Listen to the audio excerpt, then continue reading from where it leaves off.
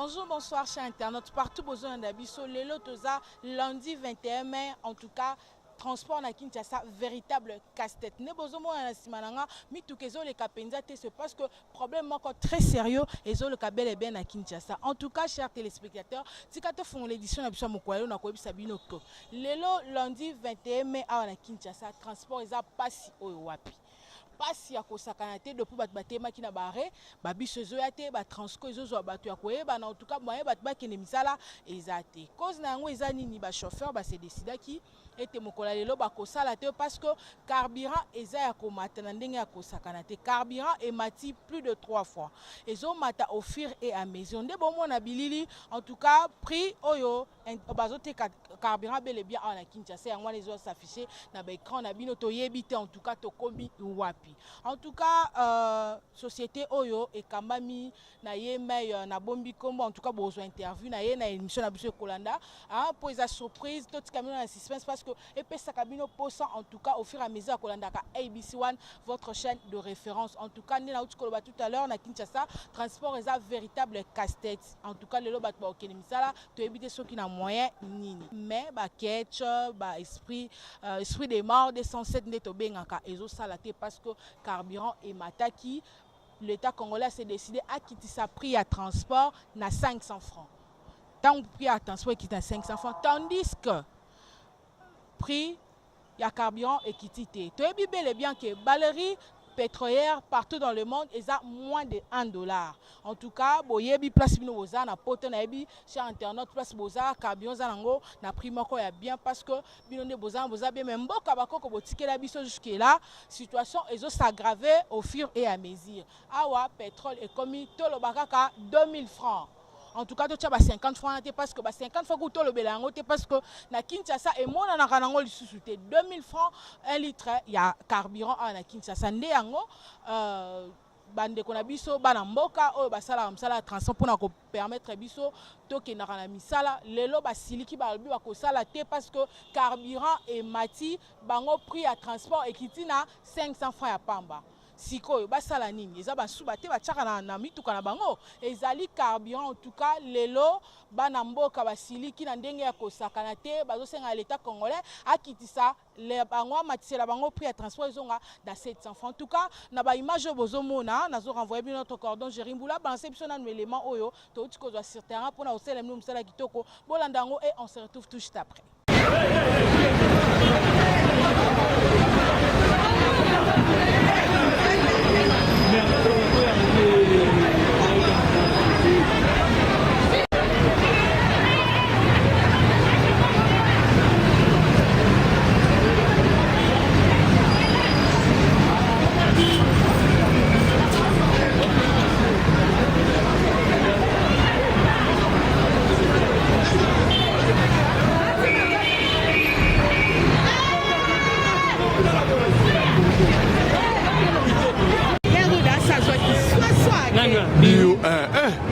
Quando?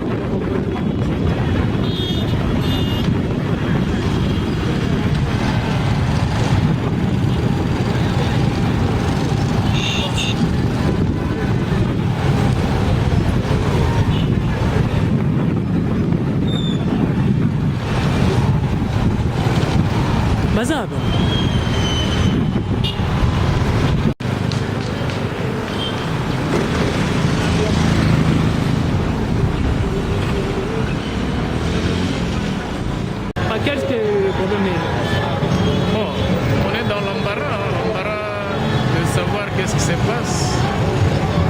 Visiblement, c'est le transport qui pose un problème depuis voici 2 semaines environ, avec les montées de prix, l'augmentation du carburant, du prix du carburant. Quels sont les problèmes? C'est le transport. Oui. C'est clair, puisque si on majeure le prix à la station, en conséquence, les transporteurs sont tentés de suivre aussi. Mais si c'est l'État qui va trancher pour que la solution soit définitive, il faudra qu'il prenne toutes les conséquences de baisser et de prix. Baisser le prix du carburant ou bien le transport? Le tout. Parce que le transport a été baissé, mais le carburant, c'est ça. Il faut qu'il baisse aussi. Il faut qu'il baisse aussi. En Lingala. Mais en conséquence logique, il y a des temps où on m'a dit c'est il y a carburant. Il y a transport, c'est les bateaux. Et ce qui y a transport, qui paye à carburant, c'est logique, simple. C'est tout ce qu'on demande pour qu'il n'y ait pas de délai. Par exemple, c'est la 10h ou 8h, parce que comme ça, par retard. Nous sommes pointés à l'heure. Dans on va pointer, mais mingi bazana no. Ça passe.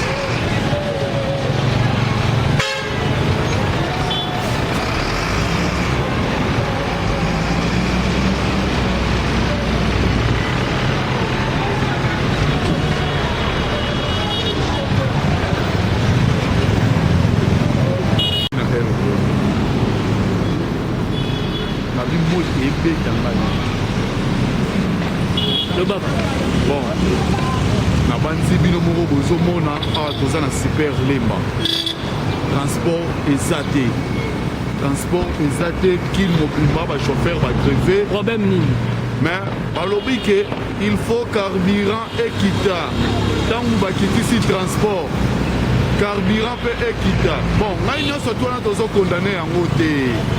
Tangu biso opposition banda kopesa message ke tobima te, bachauffeur babima te, toza na marche, maloba na bango ezalaki bapoliticien baolobaki baa na basi na bango na bana bango na poto, biso toliaka chaque jour, mais lelo efrappe biso nyonso to baye kocomprendre, mais il faut mpe babima, il faut babima, tant biso banda oloba opposition olobaki tobima te, marche ezali tovanda na bandako ville morte, bango banda oboya yango, mais lelo efrappe biso nyonso tu bacomprendre ke biso na bango toyaka eloko moko yango oyo transport ya nango te, transport eza te à RDC ya passe. Voilà, chers téléspectateurs, chers internautes partout bolanda biso. Bel et bien tozana activiste à droit de l'homme moko amune na mboko yo aza penanga na yende tozolo ba likambo ya transport za véritable casse-tête na ba image bo mona tout à l'heure to cascader na epona kozwango bazo kangandenga ko sakanate. En tout cas, bonjour monsieur Pavi. Bonjour madame. Oui papa, to tiko cascader na ya ko beto li solo za télé le transport passe. En tant qu'activiste vraiment balobani ozana ngo ya ko adresser na ba internautes pe na téléspectateurs. Oui, et ça souci na biso vraiment pour Namboka, biso toza ko bundela mboka et puis toza na société mboka échanger état de droit et kota na mboka na biso et vanda. Na yango omoni ke to cascade na yo parce que to keti na la police pour na ko senga ta permission pour na to filmer mais bazo compliqué biso bazo tout na ordre de mission na eloko oyo population azo souffrir eloko o biso tolingi ko dénoncer yango tolingi ko talisa yango au vu de gens na ba autorité ba mona ba trouver solution biso tozali wana tozali ko défendre ASECO tozali ko défendre ba chauffeur tozali ko défendre population o bazali ko souffrir même ba taximen ba zapeka ba loko biso baza banguna na biso te na yango na toye ko défendre bango ko lobete l'état il faut azwa en charge ye aye ba ko kitsa prix à carburant parce que le problème qui s'oppose bomatisi carburant bomatisi carburant bomatisi pe transport oui to boité mais si que population na condition nini oh bango bazali ko vivre hein c'est yango wana bomoni ke ba étudiant ba se manifesta ki bino moko pe bozongi na raison ba gouvernement bazongi na raison de ba kitisi prix. Mais c'est pas vu en tout cas na katio malobate bongo na ba chaîne news en tout cas ils ont interview to kozwa yo en tout cas en exclusivité na ABC One pour na ko parler sur ba action et droits de l'homme en tout cas mais c'est pas vu to moni tout à l'heure ba jeune bazo kitisa batu na ba moto pour en tout cas journal le a dû réussir bazo kitisa batu na ba moto bazo tindika mais le fait ko tindika ba maman batu ba ke ko luka de quoi ya côté kabino bo protéger on bo te ya bango te bo takine ka gouvernement. Non wana ezali gouvernement te ezali bandeko bazo ko agir na ndenge na bango c'est une manifestation tango bapesi ordre bapesi mot d'ordre entre biso na biso la population il faut tozala unis il faut to yokana que non balobi ke bobimate eza pona changement eza te ke pona ko vandisa batu banzala non eza pona changement to trouver solution yango no moni bandeko mususu bazo mélanger batu o bazo ko tambola bazo ko tambola samituka bazo tambola na ba moto bazo ken mais sko boko vana ndako te pour une journée vraiment hein et loko za pona intérêt na bino moko intérêt na biso papa moni na Kinshasa en tout cas ko lié ça passe poto kota na sujet wana te chaque jour du quotidien il y a absolument matemena Thompson numéro comme na so frère wana embagi to liaka peu du manque en tout cas ceux qui ba bimité ba ko lia nini ozolinga bavana ndako pona toute une journée en tout cas comprendre bango oui to vana rappel mkomso pe bo nzamba sali ke bozubi na bino mbongo te za circonstance nzambe to vandi pe nzala to lie loso na mafuta to loso na sike to lali pour la journée moko e sala ba kitisa nde taxe nde eleki c'est ça le problème gouvernement na biso so to tali normalement carburant ezalaka ba 800 francs ba 900 francs taxe nde bango et puis taxe na bango ba double kango bango balingi nde ba gagner ndenge moko na ndenge bazoteka carburant bo kitisa taxe awa o azu OCC azu awa o nini ko hydro pe azui o azui l'état pe hydrocarbure po azui non bokiti sa taxe ezambo cannabis to lingana.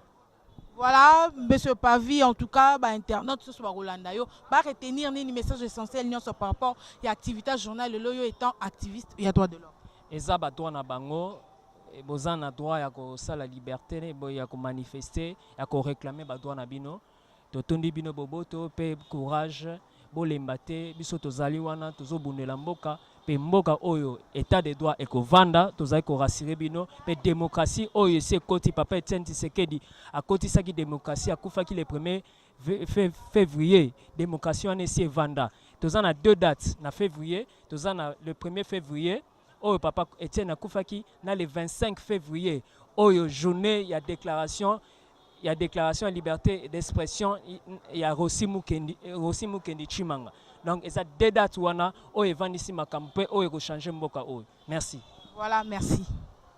Voilà, chers internautes, de Botskolanda interview, oyo, en tout cas, Bilili et Lobby, toche ba commentaire et belete, Botskomona, nga moko kutuna comme à l'école na mukango, na zi moyen ko se vague na musala te, mais, libosa porte na ku na zi micro pour na kolobela bino, lelo transport ezate, na ndenga musakana te.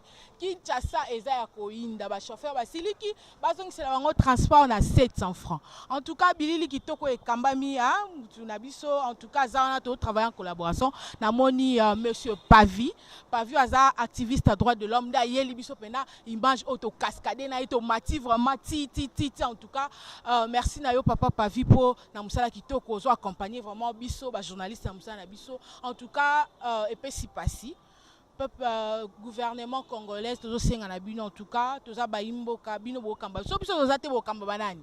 En tout cas, bon revoir décision oyo bokitisi transport na 500 francs tandis que carburant et kitite en tout cas bota la paix likambota li carburant na mboka na biso to yebi que mboka na biso za riche na makambo be ba potentialité belé eza a na Kinshasa en tout cas bosala eloko moko ya malamu pour na tia na peuple congolais peuple ko kufa boité to za la crise économique en tout cas mboko eza na émergence mais jusque l'émergence on mané kangama ki eza stable te bolo ba vu élection voilà en tout cas peuple et comme tango se prendre en charge. Nga église au milieu du village na tindi mutu te na inciter mutu à la violence te.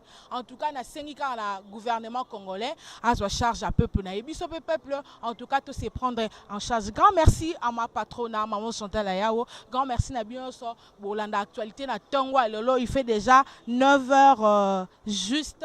En tout cas bye bye, on se retrouve au prochain numéro.